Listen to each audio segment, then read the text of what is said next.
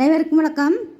Tamil KSR சேனலில் 10ஆம் வகுப்பு தமிழ் பாடத்திலிருந்து கற்பவை கற்றபின் என்று சொல்லக்கூடிய வினாப்பகுதி பார்த்துருக்கோம். இன்றைக்கி பார்க்கக்கூடிய பகுதி இயல் 3 துணைப்பாடம் கோபல்லபுரத்து மக்கள் என்று சொல்லக்கூடிய துணைப்பாட பகுதியிலிருந்து இருக்கக்கூடிய வினாக்கள். பசித்தவர்க்கு உணவிடுதல் என்ற அறச்செயலையும் விருந்தினருக்கு உணவிடுதல் என்ற பண்பாட்டு செயலையும் ஒப்பிட்டு பேசுக. பசித்தவர்க்கு உணவிடுதல் என்பது மறுமையில் நமக்கு நன்மை சேர்க்கும். விருந்தினருக்கு உணவிடுதல் என்பது இம்மையில் நமக்கு நன்மை சேர்க்கும்.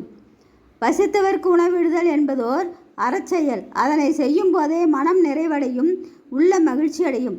அடுத்தது, பசித்தவர்க்கு உணவிடும்போது மனிதநேயம் வெளிப்படும். பசித்தவர்க்கு உணவிடும் பொழுது 4 வகை உணவு அறுசுவை என்று பார்க்க வேண்டியதில்லை. பசி ஆற்றுதலே முக்கியம். பசித்தவர் சுவை அறியாது வயிறு நிரம்ப சாப்பிடுவர். குறிகளின்றி மனநிறைவோடு அருந்துவர். பிரதிபலன் எதிர்பாராமல் உதவும் உதவி. அடுத்தது, விருந்தினருக்கு உணவிடுதல் என்பது இம்மையில் நமக்கு நன்மை சேர்க்கும். விருந்தினருக்கு உணவிடுதல் என்பது நமது பண்பாட்டு செயல். இதனை செய்யும்போது ஏதாவது ஒரு செயல் செய்துவிட்டோம் என்ற உணர்வு தான் மேலிடுமே தவிர மன நிறைவு வராது. விருந்தினருக்கு உணவிடும்போது நமது கடமை வெளிப்படும். விருந்தினருக்கு உணவிடும்போது 4 வகை உணவினை அறுசுவையோடு நாவிற்கு இனிமையாக படைக்க வேண்டும்.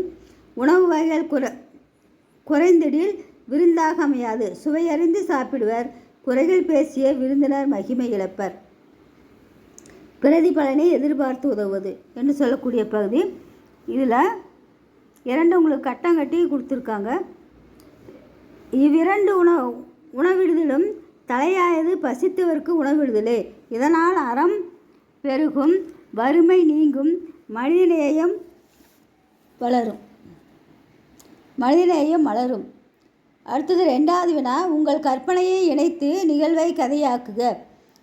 அப்பாவுக்கும் அம்மாவுக்கும் இடையே சின்னஞ்சிறு சச்சரவுகள் ஏற்பட்டு இருவருமே முகத்தை தூக்கி வைத்து கொண்டு ஆளுக்கொரு மூலையில் உட்கார்ந்திருக்கும்போது விருந்தினர் வருகை அவர்களை அன்பான கணவன் மனைவியாக மாற்றிவிடும். அம்மாவின் கெடுபிடியும் அப்பாவின் கீழ்ப்படிதலும் ஆச்சரியமாக இருக்கும்.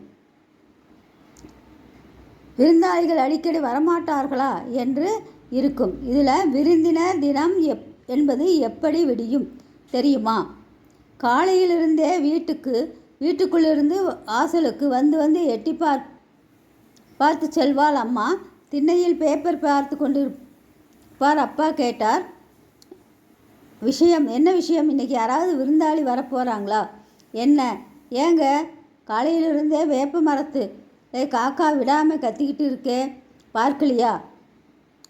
நிச்சயம் யாரோ விருந்தாளி வரப்போகிறாங்க பாருங்க. அடாடே, ஆமாம், காக்கா கத்துது. யார் வரப்போகிறா?